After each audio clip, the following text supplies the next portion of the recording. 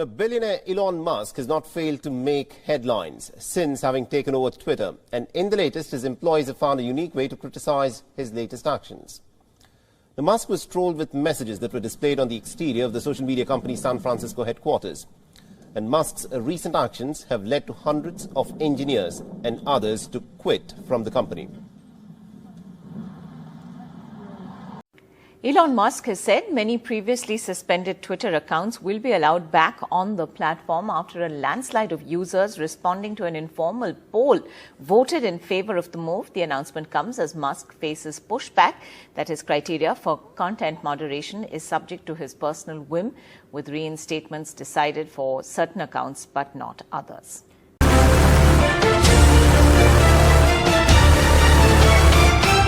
Hello everyone. Suppose you give a loaded gun to a monkey, then what will happen? Obviously, the monkey will start shooting and definitely someone will get injured.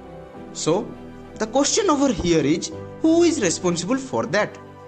Absolutely, the man who gave the loaded gun to the monkey. That's what is happening with Twitter nowadays. The new owner of Twitter, Elon Musk, wants to make Twitter profitable as well as a place of free speech. But for that, he is taking many tremendous decisions regarding Twitter. After taking such decisions, Twitter itself showing the cons of those decisions. So, in our today's video, we will understand whether Twitter will become profitable or will end the journey through bankruptcy. In this case, the first element is free speech.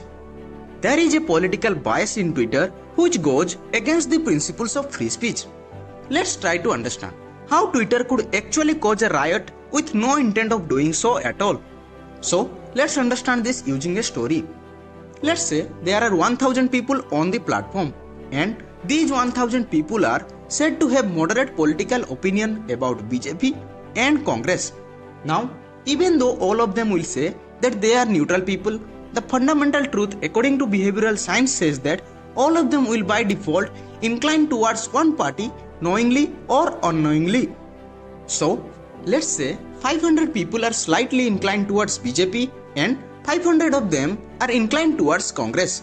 Now, when these two groups of people start using Twitter, another psychological attribute actually starts acting, which is confirmation bias.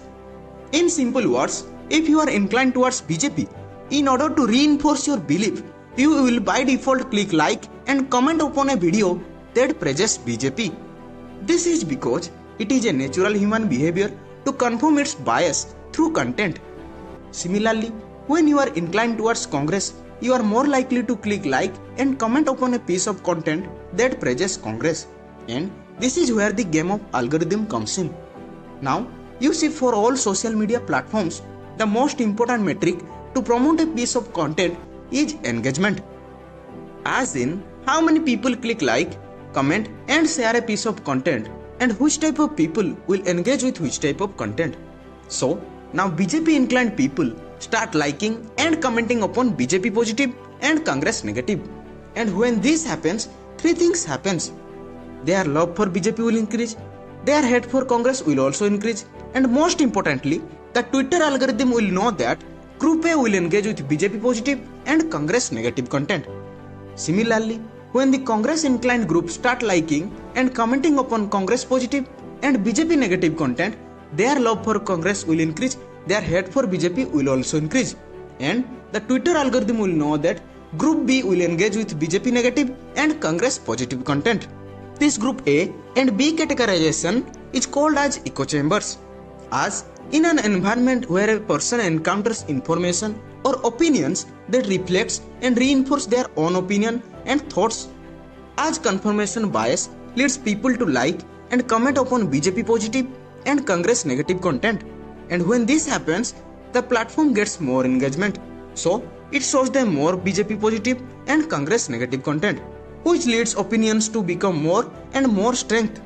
And this leads to more confirmation bias, hence leading to more engagement. So as Group A and B keep on consuming content based on their confirmation bias, their degree of inclination will go from lightly inclined to mindlessly inclined.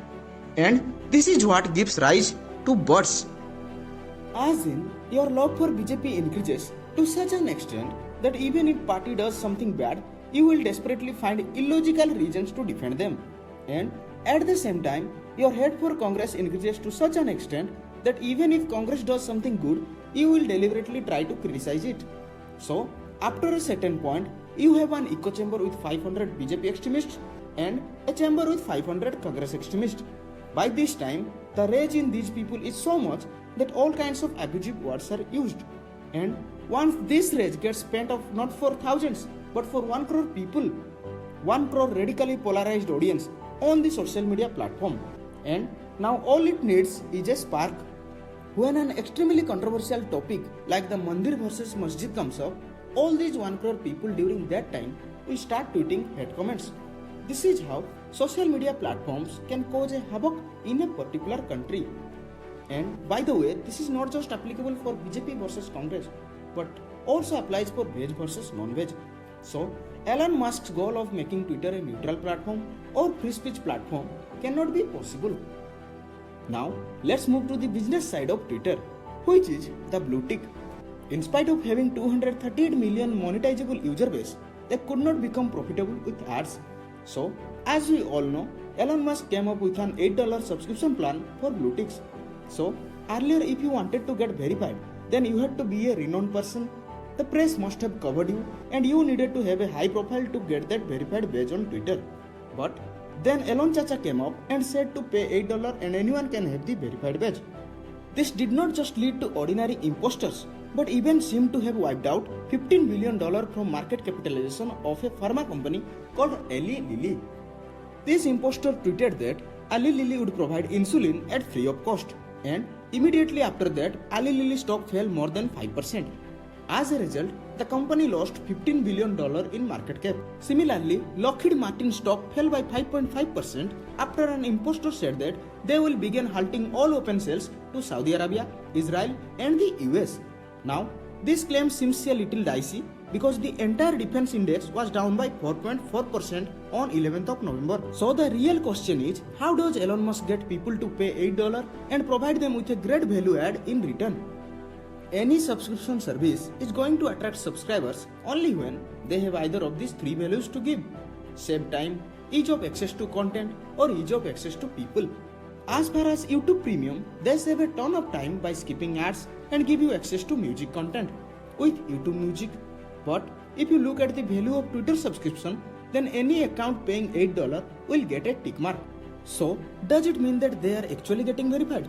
If you look closely, then they are not really verified because the accounts that receive this blue tick will not undergo any review to confirm that they meet the active, notable, and authentic criteria. So, apparently even a bot could have got verified on Twitter. Secondly, they added a feature that allows everyone on Twitter to see notification from verified accounts in a new verified sections. So, the question is, any of these features saving your time, or any of these features giving you access to content or people? Obviously, the answer is no, and it will definitely fail. These people will start paying $8 to Twitter, then it could actually change the game for the company. YouTube, which has a huge value to deliver, has about 3% subscription rate with 2.6 billion users, and it has 80 million subscribers.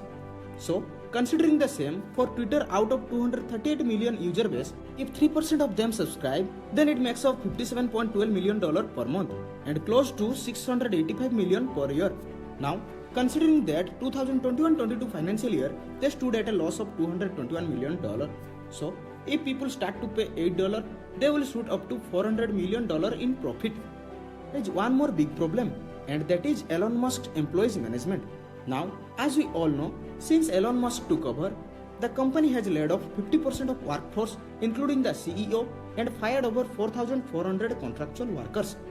These contractual workers also included moderators who were flagging, removing misinformation, hate speech, and other type of harmful content on Twitter. The critical top management who were tasked with privacy protection, cybersecurity, and compliance. All of them have left the company. This includes Twitter's Chief Privacy Officer, Chief Compliance Officer, and even its Chief Information Security Officer. As a result, the platform is expected to become more and more toxic by the day. There is growing concern about misinformation and hate speech on Twitter since Elon Musk took over. This is the reason why the biggest advertisers in the United States, including Audi, GM, Volkswagen, and even Pfizer have posted their ad campaigns on Twitter. Which means ad revenue that makes up 90% of Twitter's revenue has been slowing down. This is why now Elon Chacha is warning of bankruptcy. This brings me to the conclusion part of this video. After the takeover of Elon Musk, the Twitter became that gun and the imposters are that monkeys, as we discussed in our introduction part. So, if Elon Musk will provide this type of features, then definitely the end of Twitter will be very soon, as well as many companies would lose billions of dollars, and mindlessly inclination between people on Twitter would lead to many riots. Thank you so much for giving us your valuable time and watching our video till the end.